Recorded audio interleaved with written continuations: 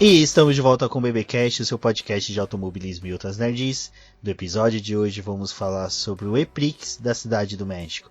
E aqui comigo está a Cíntia Maria. Olá, Rubens! Oi, todo mundo que está ouvindo a gente mais uma vez aqui no BPcast. Estou duplamente feliz porque o E-Prix do México ele é comemorativo, porque no E-Prix do México do ano passado, da temporada passada, foi quando a gente começou a fazer podcast sobre a Fórmula E no BP. Então a gente está meio que comemorando um ano de Fórmula E aqui no BPcast. Olha que massa! Exatamente, e desde os primórdios do BBcast falando de Fórmula E, quem está sempre com a gente aqui é o Sérgio Milani. Bem-vindo, Sérgio. Opa, Rubens, a Cíntia, olá você ouvinte e ouvinta do BPcast, né? Agora, como lembrou bem a Cíntia, um aninho, né, desse singelo e elétrico podcast, que aborda essa categoria tão marota e saltitante que é a Fórmula E.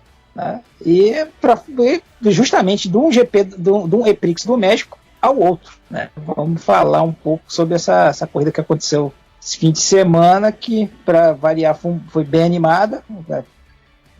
Fez jus, porque os mexicanos sabem fazer uma boa festa. Vamos a ela. Exatamente, foi um E-Prix emocionante, a gente já havia previsto isso lá no nosso preview, que saiu semana passada, em que nós teríamos sim uma etapa bem eletrizante, uma etapa bacana. Foi gostoso porque foi tudo realizado no sábado. Esse formato da Fórmula E é gostoso porque a gente consegue matar toda a categoria no dia só, então tem toda essa nuance aí de rebanhar todos os fãs no dia só, numa festa só.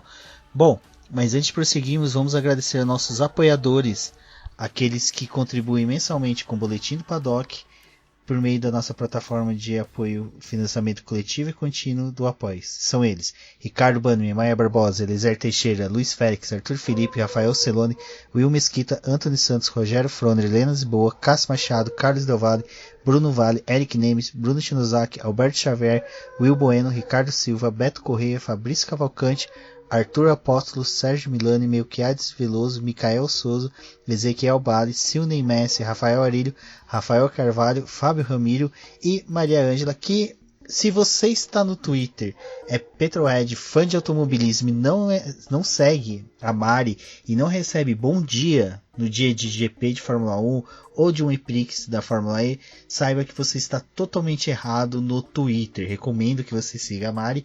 No post, todos os nomes dos nossos apoiadores são hiperlinks para as principais redes sociais deles, então não deixe de prestigiar também o pessoal aí que apoia o Boletim do Paddock. Bom, Cíntia, acho que o que é interessante é que quando a gente já chegou para o E-Prix do México, né, quando a gente começamos a tomar consistência do que aconteceria no final de semana na cidade de México, uma das primeiras coisas que a gente começou a estranhar era uma punição meio estranha da Mahindra, né?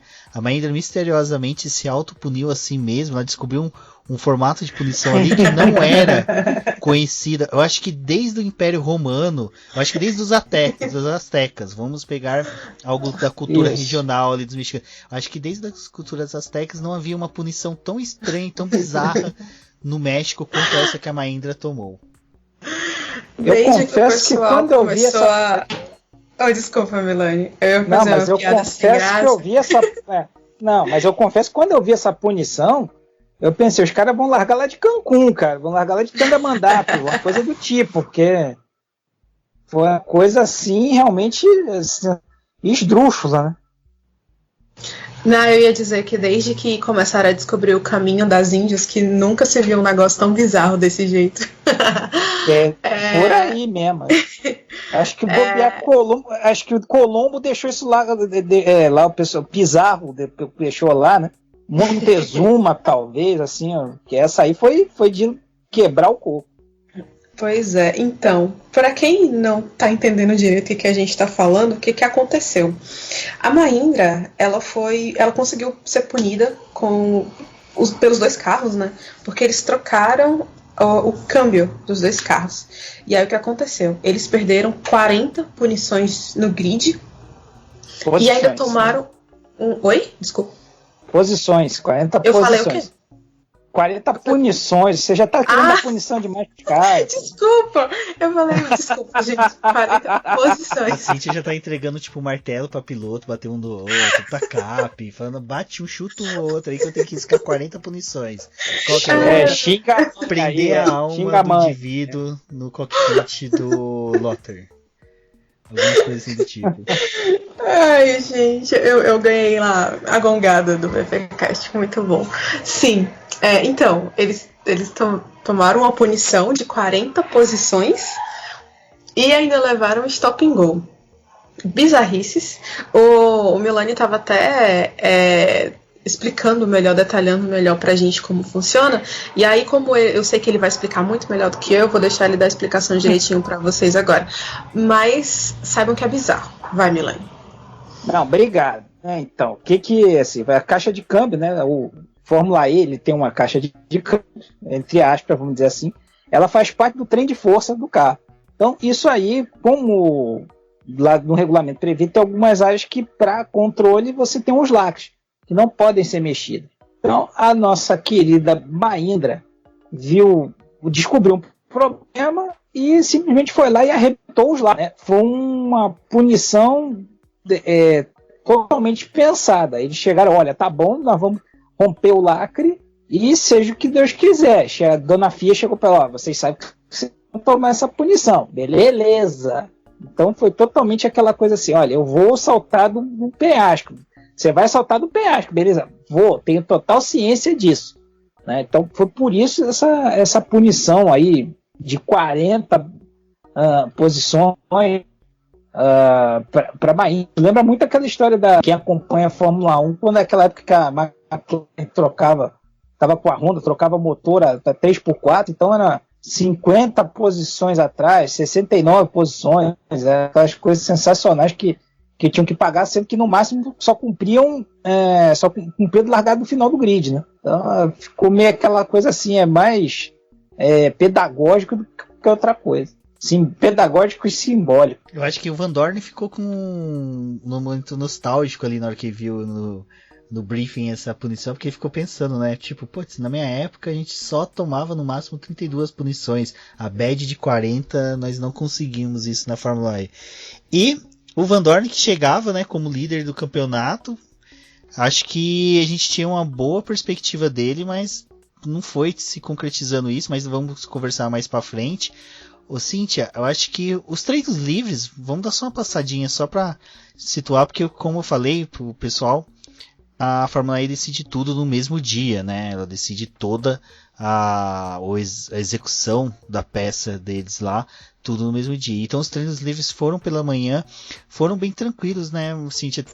O que teve de fora da curva, literalmente, fazendo uma piada sem graça, foi o Daniel Abt, né, que ele acabou se acidentando no treino livre 1 e teve que ir pro hospital fazer exame e tal, e aí ele não participou nem do treino livre 2, nem do quali, mas ele voltou pra corrida, ele tá bem, assim, deu tudo certo, ele foi pro hospital como uma medida de precaução mesmo.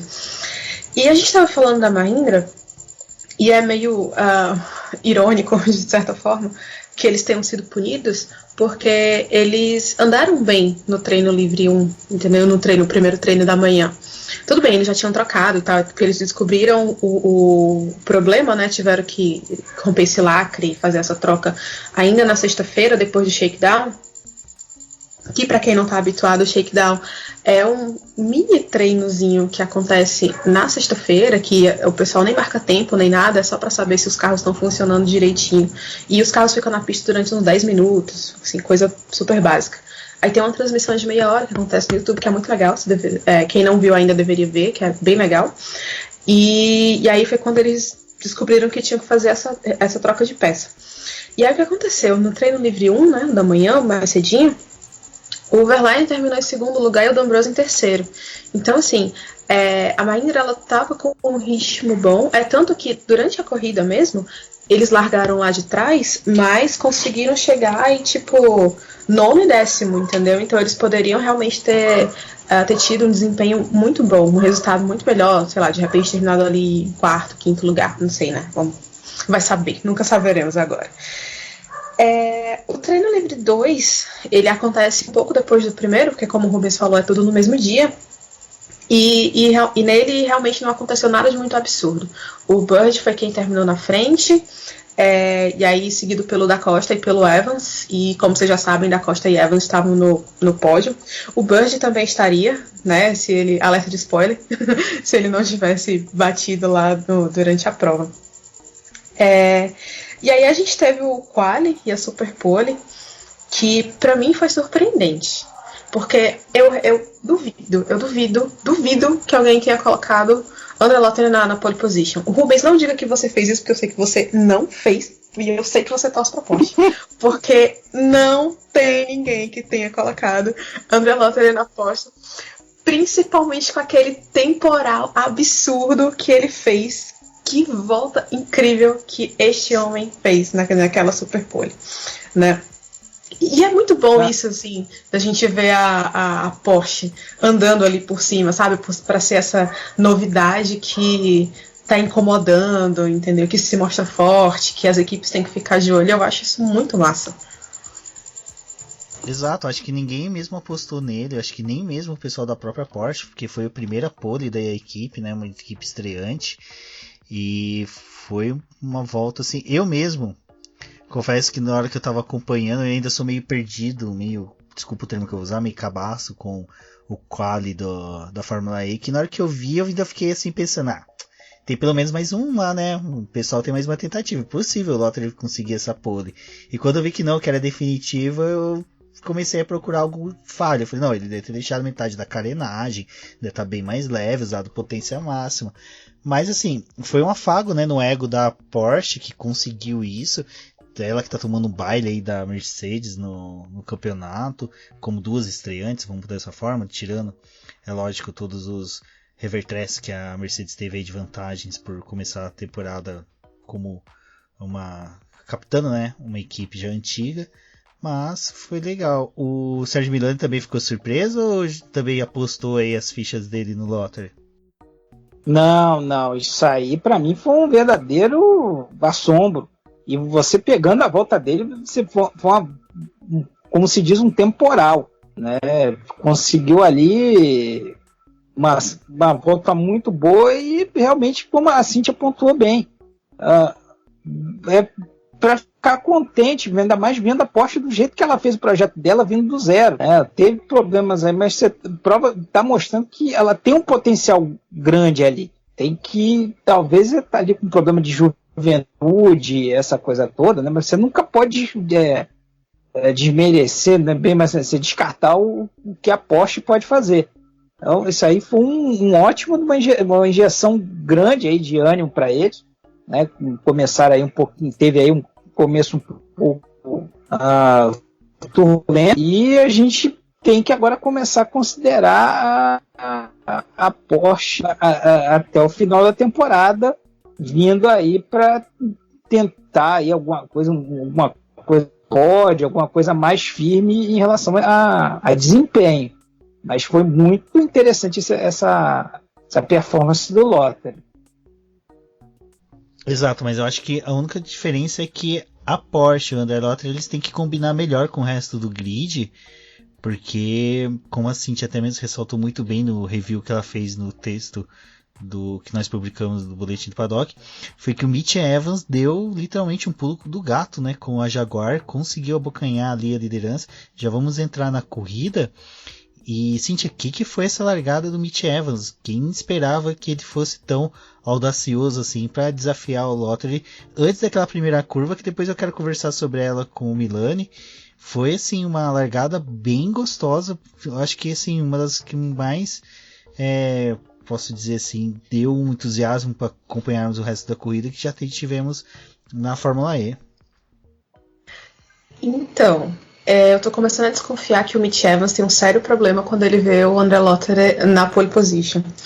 Para quem acompanha a Fórmula E há mais tempo, vai lembrar do Eprix de Roma do ano passado, que o Lotterer fez a pole position e o Mitch Evans largou em segundo.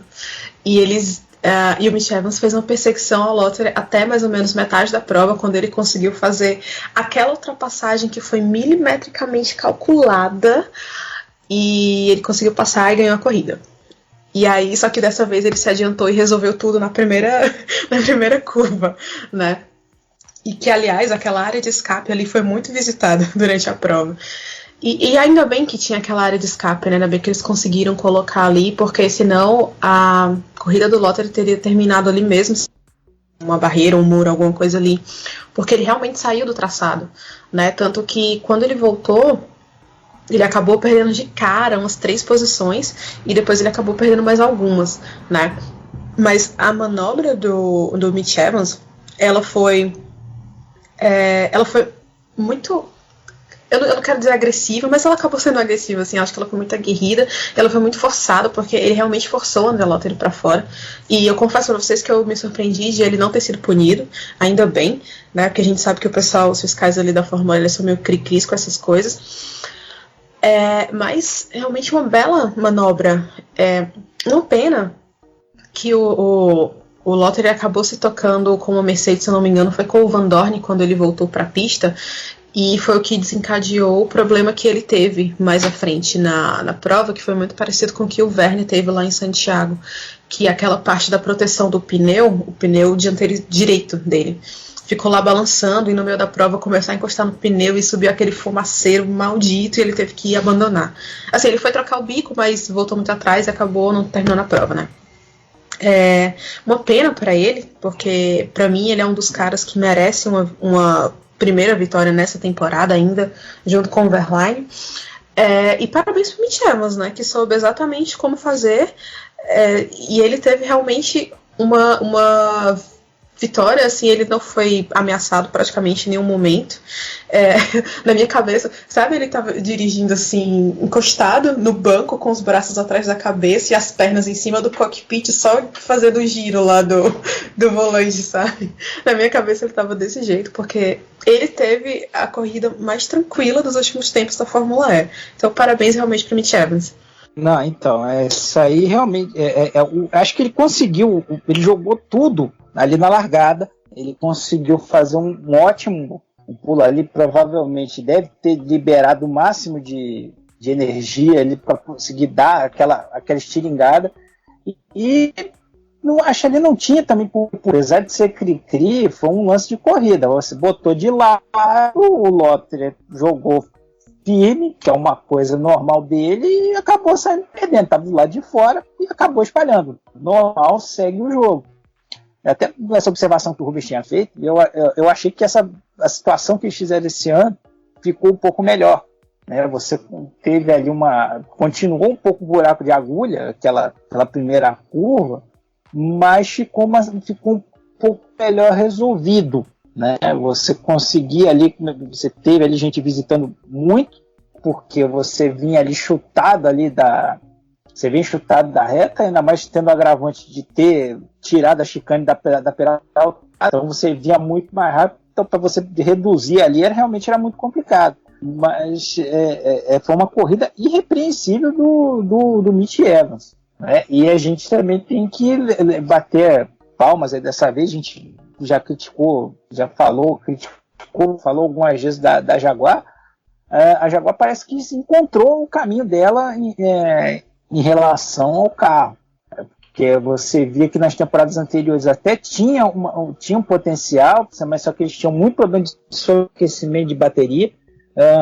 Foram trabalhando, tanto que, né, houve na temporada passada a vitória do Evans lá em Roma, mas para esse ano a coisa parece estar muito melhor resolvida, a equipe está numa situação melhor, né? A impressão que dá é essa, a gente não está ali próximo ali e tal, para ter essa ideia. E isso acaba indo refletindo no desempenho na pista, né? Então, essa foi uma vitória realmente extremamente merecida por parte do Evans. Exato, o Mitch Evans ele tá conseguindo um bom desempenho, segunda vitória, né, dele, me corrijam se estiver errado. Eu acho que é um piloto aí que a gente vai ver ele em bom tempo na categoria e deve permanecer como um piloto assim de destaque. Eu acho que tudo que vocês falaram fechou bem sobre a atuação dele na corrida. Mas, seguindo na corrida, a gente teve ali também um momento meio estranho em que o Neil Jenney, né, parou, fez um drive-thru, um stop and go lá, não me recordo agora a punição, porque também a punição ficou meio estranha, né, Milani? Foi uma falha de software que atingiu vários pilotos, mas poucos pagaram a punição, praticamente só o New Gene, e até agora a gente só sabe que essas falhas de software aí que acometeu esses pilotos é bem parecido com os saudosos falhas hidráulicas que a gente via em outros campeonatos de automobilismo. Eu acho que alguém instalou Baidu nesses carros da Fórmula E, nesse transição aí. Não foi o coronavírus que infectou esses carros, mas foi o Baidu, o saudoso Baidu, que pegou esses carros. Grande chance. Mas provavelmente, vendo o histórico do que já de punição da Fórmula em relação a isso, a questão de software, deve ter tido algum descontrole na limitação de potência. Nós já vimos isso acontecer, principalmente na temporada passada. Acho que, se eu não estou enganado, também teve gente sendo punida em relação a isso. Mesmo que sendo por um momento curto, mas eles não quiseram saber. Isso aconteceu, se eu não estou enganado, nem Cintia. Você pode até lembrar bem, acho que aconteceu com o Verne isso. Acho que aconteceu isso que posso estar puxando, estou puxando agora de cabeça, posso estar me equivocando também. Mas por um momento muito curto, mas o regulamento não quer saber. Olha, não importa se foi milésimo, não importa o tempo. Se passou ali do limite da estabelecido de potência, um abraço para o gaiteiro, ferro na boneca. Que é o que me parece que foi acontecido isso. Porque podem ter acontecido falha de software, mas que não venham dessa situação. Por exemplo, a gente já teve aí praticamente alguns casos de reiniciar o carro, justamente por um problema, por problema de programa. Até uma coisa que o pessoal tem falado muito, até lembrar uma fala do Buemi, da pré-temporada, que o grande ganho que os carros estão tendo, até pelo regulamento técnico ser bem restritivo, é justamente na gestão de energia e nessa parte de software. Então, aonde o pulo do gato dos carros da Fórmula E é nesse sentido. Então, para você fazer para ter problema nisso aí, é um pulo. Então eles tentando ali, tentando ganho nisso aí, e a FIA não quer saber, o regulamento prevê, manda brasa. Provavelmente, assim, como também a gente pesquisou aí antes de começar aqui o podcast, não achou motivo, até a própria Porsche não falou, o próprio Eugênio, na fala dele, né, disse que foi punido, mas não falou por quê. Então, a gente vendo aí, sabendo esse aspecto, vê que o limite ainda é muito fácil de ser rompido. Então, já, como o Fagin falou, já aconteceu isso na temporada passada.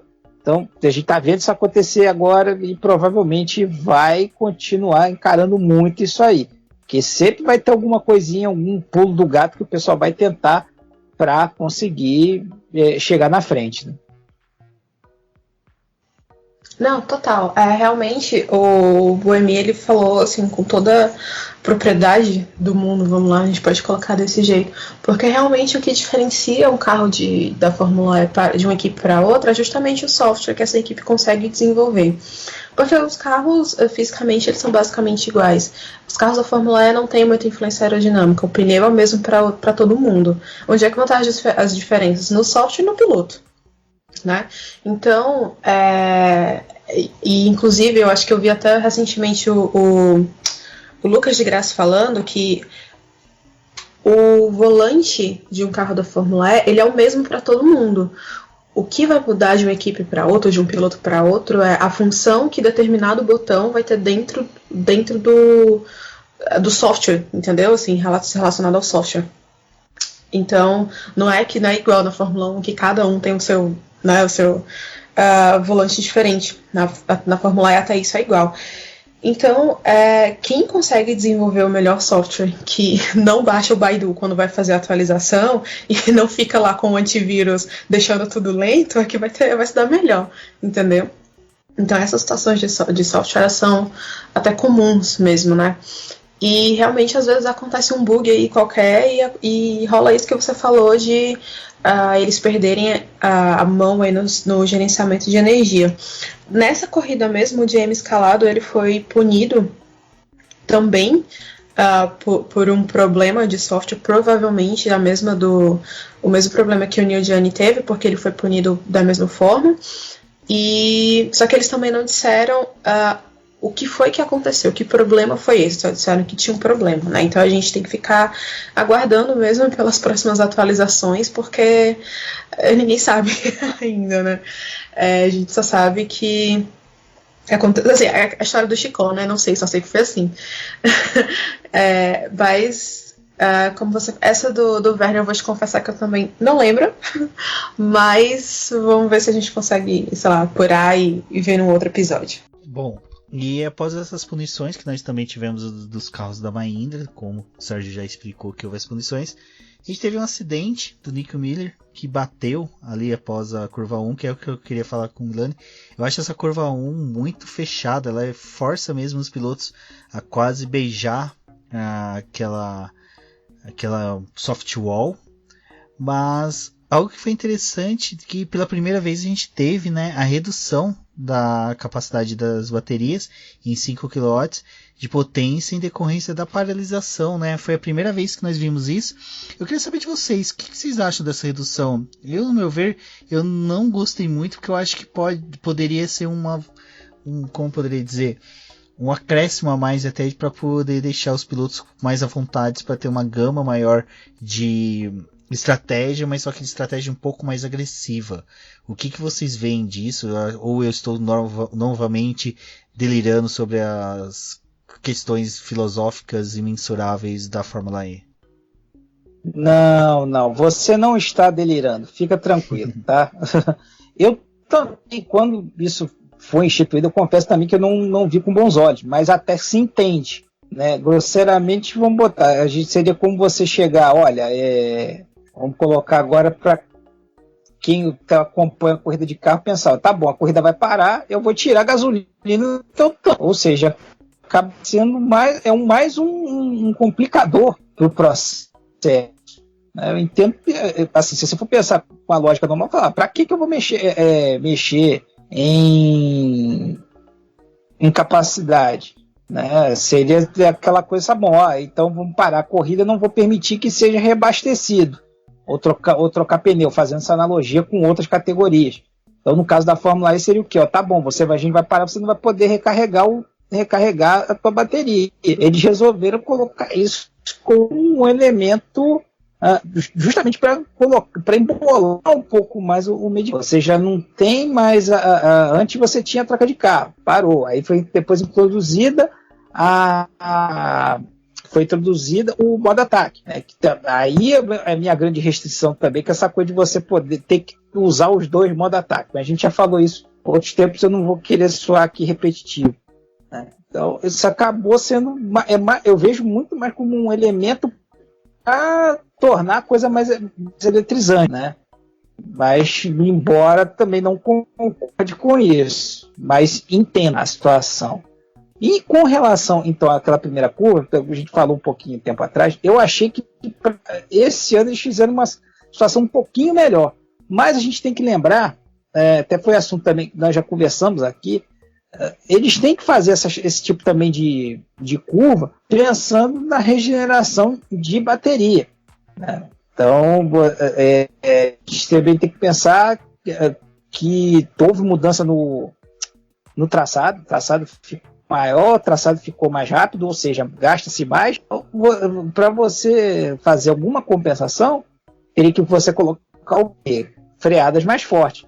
Por isso, acho que nesse ponto eles não mexeram muito no traçado dessa curva 1, justamente para permitir os carros compensarem um pouco dessa energia que eles usaram durante a prova. Porque, mais uma vez, gente que terminou a corrida ali totalmente descarregado. Agora não podemos usar agora como na seca, não podemos dizer agora que o carro totalmente descarregado, né?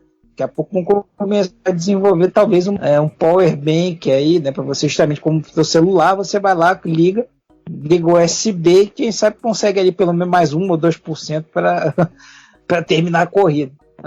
Mas esse compromisso que a categoria busca nessa situação, porque não podemos esquecer, é o único circuito permanente que a categoria usa, né, por enquanto. Então também é um outro ponto a ser considerado. Então,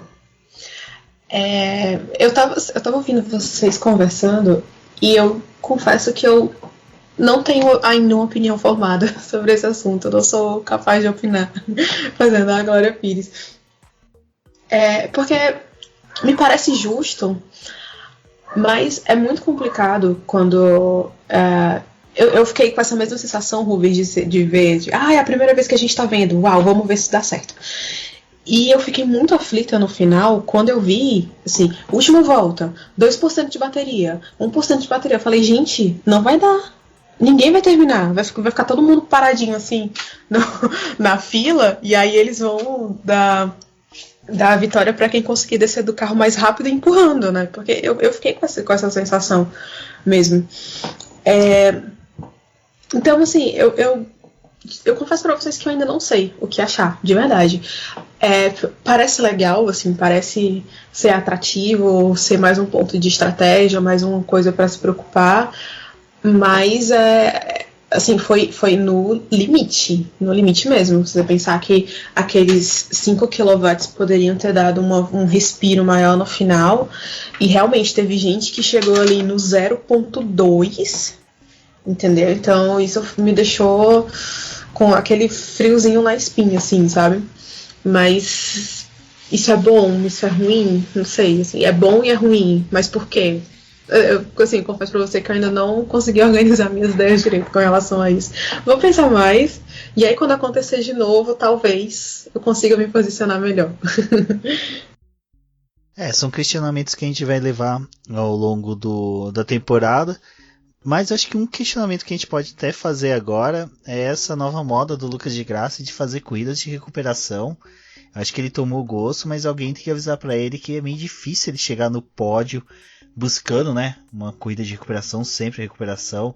Então, eu queria saber de vocês, eu acho que eu vou jogar 3 nomes aqui, que são personagens que eu acho que teve um destaque muito bacana na corrida, mas uns não foram tão bons, os outros foram até bem surpreendentes, que foi o da Costa, o Sam Bird e o Lucas de Grassi. O Lucas de Grassi com uma corrida de recuperação, o Sam Bird ali com uma corrida meio estranha, parecia que tinha hora que ele tinha uns impulsos eletromagnéticos no corpo em que ele conseguia dar um destaque na corrida, de repente ele voltava, ficava na média do público, assim, de uma calmaria.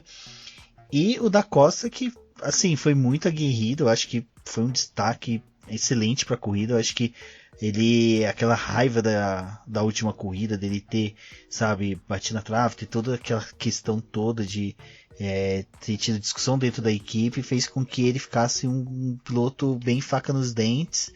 E eu queria saber de vocês, o que vocês acharam da atuação desses 3 pilotos nessa corrida? Assim, vocês viram que eu joguei a bomba entre os dois, né?